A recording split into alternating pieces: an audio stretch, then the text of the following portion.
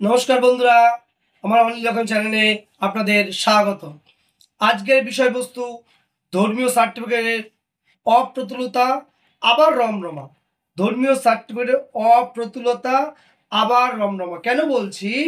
আমাদের এই পশ্চিমবঙ্গের বৃহৎ অঞ্চল, বৃহৎ জেলা, বহু জেলায় আছে ধর্মীয় সার্টিফিকেট একদম পাওয়া যাচ্ছে না।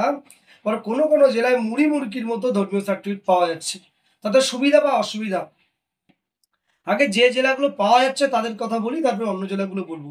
বিশেষ করে এই উত্তর চব্বিশ পরগনা বা তার আশেপাশে কেন্দ্রিক কলকাতা কেন্দ্রিক যে জেলাগুলো আছে, সেখান থেকে ধর্মীয় সার্টিফিকেট মোটামুটি পাওয়া যাচ্ছে। খবর নিলে কোনো না কোনো মন্দির দিয়ে দিচ্ছে, কিন্তু সমস্যা হলো অঢাল দিচ্ছে, অঢাল 4 থেকে বেশি দিচ্ছে। এতে আপনার সুবিধা না অসুবিধা? দেখুন, আমাদের এই সার্টিফিকেট অ্যাপ্লিকেশনের অন্যতম প্রধান প্রধান শর্ত হলো একটা ধর্মীয় সার্টিফিকেট বা এলিজিবিলিটি সার্টিফিকেট জোগাড় করা, যেটা লোকাল রেপুটেড কোনো সংস্থা থেকে দেবে। লোকাল রেপুটেড অর্থাৎ বিখ্যাত। রেপুটেডের কি ক্লারিফিকেশন, কি সংজ্ঞা হতে পারে এই আইনের কোথাও লেখা নেই রেপুটেড মানে কি বলতে চাইছেন। অনেকে জিজ্ঞাসা করলে, বিশেষ করে আমাদের উত্তর চব্বিশ পরগনা বিশেষ করে জিজ্ঞাসা করলে বলে মতুয়া মতুয়া রেপুটেড বা এরকম যারা আছেন, আমি প্রত্যেকে রেপুটেড। তবে রেপুটেড বলতে কি বোঝানো হচ্ছে সেইটা কোথাও ক্লারিফাই করা নেই। সেই ক্ষেত্রে দাঁড়িয়ে কোনো নিয়ম মানা ঠিকঠাক হচ্ছে না। কিন্তু যে কোনো রেজিস্ট্রেশন করা আছে এমন সংস্থা থাকলে, সার্টিফিকেট নিলে সেগুলো কিন্তু অ্যালাউ করে দিচ্ছে।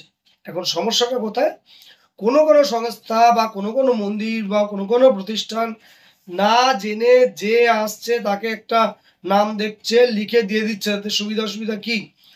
ওই ব্যক্তিটা ভুয়ো কিনা, ওই ব্যক্তিটা সঠিক রেজিস্ট্রেশন মেনটেন হচ্ছে কিনা, কোনো কারণে আইবি ভেরিফিকেশন হলো, কোনো কারণে আইবি ভেরিফিকেশন হলো, ওই ধর্মীয় সার্টিফিকেট যে ব্যক্তিটার নামে ইস্যু হয়েছে ইনি কি সেই ব্যক্তি কিনা, সেই ক্ষেত্রে কিন্তু সেই জায়গায় সেই খাতা মেনটেন, রেজিস্টার খাতা মেনটেন, মেমো নাম্বার এবং ডেট নাম্বার এগুলো কিন্তু মেনটেন অবশ্যই প্রয়োজন, সেগুলো দরকার। বহু মন্দির আছে এগুলো মেনটেন করছে না। তাই সেই সব মন্দির কর্তৃপক্ষকে অনুরোধ করব, আপনারা যারা মুড়ি মুড়কির মতো সার্টিফিকেট দিচ্ছেন অবশ্যই দিন, হিন্দু মানুষের উপকার করুন। কিন্তু এই অতি দেওয়াতেও কিন্তু সমস্যা হচ্ছে। মানুষ একটা বদলে দুটো, দুটো বদলে পাঁচটা ইউজ করছে, যখন যেভাবে লাগছে সেভাবে ব্যবহার করছে। রেজিস্টার মেনটেন যদি হয়, এক ব্যক্তি বহু সার্টিফিকেট পাবে না। তাদের জিনিসটার স্বচ্ছতা থাকবে। আসল কথা হলো স্বচ্ছতা। সার্টিফিকেট রেজিস্ট্রেশন অফিস থেকে, যাদের রেজিস্ট্রি করা আছে এমন অফিস থেকে বা ধর্মীয় প্রতিষ্ঠান থেকে সার্টিফিকেট দেওয়া, তার মানে এই নয় যে আপনি যত খুশি দিয়ে দেবেন। আপনার নির্দিষ্ট রেজিস্টার মেনটেন করতে হবে। হয়তো এমনও হতে পারে, আগামী আগামী দিন এমনও হতে পারে আইবি হয়তো সেই সব যারা যারা সার্টিফিকেট ইস্যু করছে সেই সব মন্দিরকে চিঠি দিতে পারে, গত 1 মাসে বা গত 2 মাসে আপনি কোন কোন মেমো নাম্বারে কার কার সার্টিফিকেট দিয়েছেন আমাদেরকে রিপোর্ট দিন। আইবি এমনও করলেও করতে পারে, এটা আমার আশঙ্কা। আশঙ্কা হবে না কেন? একই ব্যক্তির দেখি 4টে 5টা 6টা করে এক এক মন্দির থেকে সার্টিফিকেট তুলে এসে দেখাচ্ছে, কোনোটা নামে ভুল, কোনোটা ঠিক, কোনোটা বাবার নাম ভুল, কোনোটা ঠিকানা ভুল, অর্থাৎ নির্দিষ্ট কোনো নিয়মে আনছে না। তারা সেক্ষেত্রে সমস্যায় পড়তে পারেন। তাই যেখান থেকে অতীব সার্টিফিকেট দেওয়া হচ্ছে সেই সব প্রতিষ্ঠানকে রিকোয়েস্ট করব, অনুরোধ করব, আপনারা দয়া করে যেই সব মানুষ নিচ্ছে সার্টিফিকেট নিতে এসছেন, তারা বিপদে পড়ে সেই সব হিন্দু মানুষরা এসছেন, কিন্তু বিপদের থেকে বড় কিছু লুকিয়ে আছে আপনাদের কাজ করার ধরন নিয়ে। আপনারা মুড়ি মুড়কির মতো চাইলে এসে এ চাইছে দিলেন, ওই ওই নেতা চাইছেন 5টা দিচ্ছেন, এই পাড়ার লোকজন চাইছে আর 5টা দিচ্ছেন। এইভাবে যে চাইছেন তাকে যে এই পরিমাণে সার্টিফিকেট দিয়ে দিচ্ছেন, এইটাই কিন্তু সেই ব্যক্তির সমস্যার মূল কারণ। কারণ কোনো কারণে যদি আইবি ভেরিফিকেশন হয়, এই মেমো নাম্বারটা সঠিক কিনা, এই ব্যক্তি সঠিক কিনা, আপনারা চেনেন কিনা, কিভাবে রেজিস্টার মেনটেন করেছেন, যদি আপনার মেনটেন ঠিক না থাকে সেই ক্ষেত্রে দাঁড়িয়ে কিন্তু ক্যান্সেল হয়ে যেতে পারে। যাই বেশি সার্টিফিকেট দিলেও জ্বালা, না দিলেও জ্বালা। যারা দিচ্ছেন অবশ্যই মানুষের উপকার করছেন, হিন্দু মানুষের উপকার করছেন, তারা দয়া করে রেজিস্টার মেনটেন করবেন। এবং যারা নিচ্ছেন এমন জায়গা থেকে নেবেন যারা রেজিস্টার মেনটেন করছেন, অন্তত আপনার নাম ঠিকানা লিখে রাখছেন। কারণ কোনো সময় যদি ভেরিফিকেশন হয় আপনার বিপদ কিন্তু অবশ্যই আছে। আপনার সার্টিফিকেট এই কারণে আপনার ওটা ক্যান্সেল হয়ে যেতে পারে। আবার সেকেন্ড টাইমের জন্য রিমাইন্ডার দেওয়ার জন্য ডেফিসিয়েন্সি রিমার্কে বলতে পারে আপনি ধর্মীয় সার্টিফিকেট এটা আপনার সঠিক নয়, সেই ক্ষেত্রে আপনার আবেদনটা ক্যান্সেল হয়ে যেতে পারে। তাই রিকোয়েস্ট করবো, অনুরোধ করবো, যারা দিচ্ছেন এবং যারা নিচ্ছেন উভয় পক্ষ একটু ঠিকঠাকভাবে নেবেন, রেজিস্টার আছে এমন মন্দির থেকে, এবং রেজিস্টার মেনটেন হচ্ছে কিনা সেই নিয়ম মেনে সার্টিফিকেট নেবেন। এইবার বলছি, বিশেষ করে উত্তরবঙ্গের জেলাগুলোতে বিভিন্ন পরিচিতি মানুষজন যারা খবর দেয়, আজকে বহুক্ষণ কথা হচ্ছে উত্তরবঙ্গে 30-40 জনের সঙ্গে বিভিন্নভাবে কথা হচ্ছে আজকে, তারা সহজে সার্টিফিকেট পাচ্ছেন না। সেই সব জেলায় অনুরোধ করবো, যেসব ধর্মীয় সংগঠনরা আছেন অবশ্যই আপনার নিয়ম মেনে সার্টিফিকেট দিন। হিন্দু মানুষ এখন বাঁচতে চাইছে ভারতবর্ষের এই পুণ্যভূমিতে।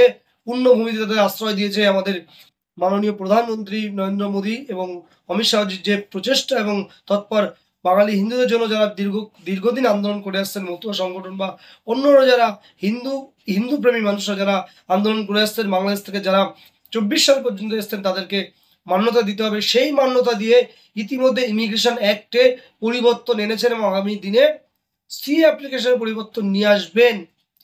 তাই উত্তরবঙ্গের জেলাগুলোকে অনুরোধ করব, যাদের রেজিস্ট্রেশন আছে আপনারা একটা মেনটেন করে নিয়ম মেনে কে নিচ্ছে, কোথা থেকে নিচ্ছে, সেই নিয়ম মেনে আপনারা সার্টিফিকেট দিন। উত্তরবঙ্গের জেলাগুলো কিন্তু মোটে সার্টিফিকেট পাচ্ছে না।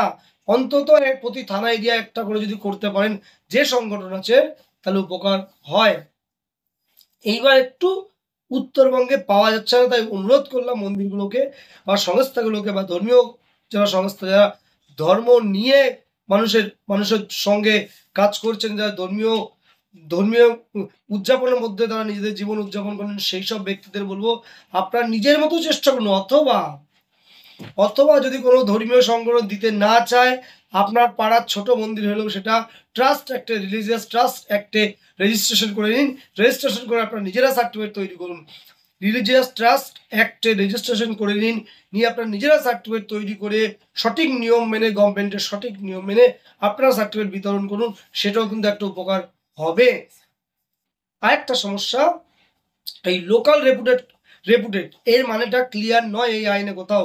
সেই ক্ষেত্রে দাঁড়িয়ে আপনারা যারা সার্টিফিকেট পাচ্ছেন না, চেষ্টা করবেন বা জেনে আসবেন, যারা অ্যাপ্লিকেশন করবেন চেষ্টা করবেন আগে ডিএলসিতে খবর নেওয়া, যে ধরুন আপনি জলপাইগুড়িতে আছেন বা কুচবিহারে আছেন বা আলিপুরদুয়ারে আছেন, আপনি সার্টিফিকেট পাচ্ছেন না।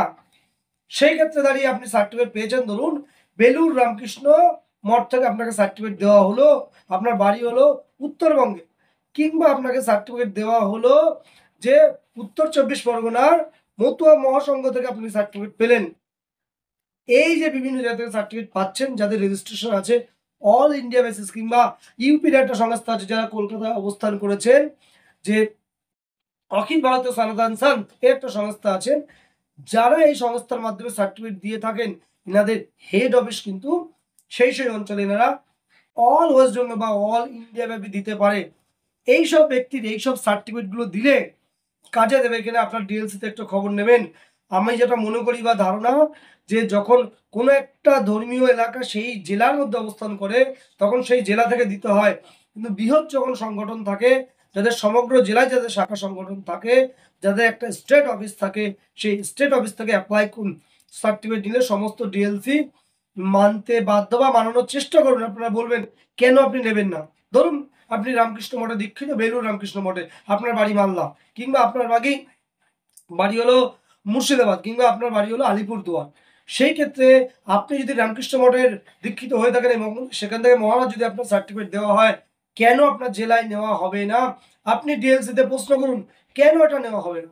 আপনি মতুয়া ধর্মাবলী, মতুয়াদের সার্টিফিকেট দিচ্ছেন, উত্তর 24 পরগনাতে কালেক্ট করেছেন, অ্যাজ পার নিয়ম যেরকম আছে সেইভাবে রেজিস্টার মেনটেন করে কালেক্ট করেছেন।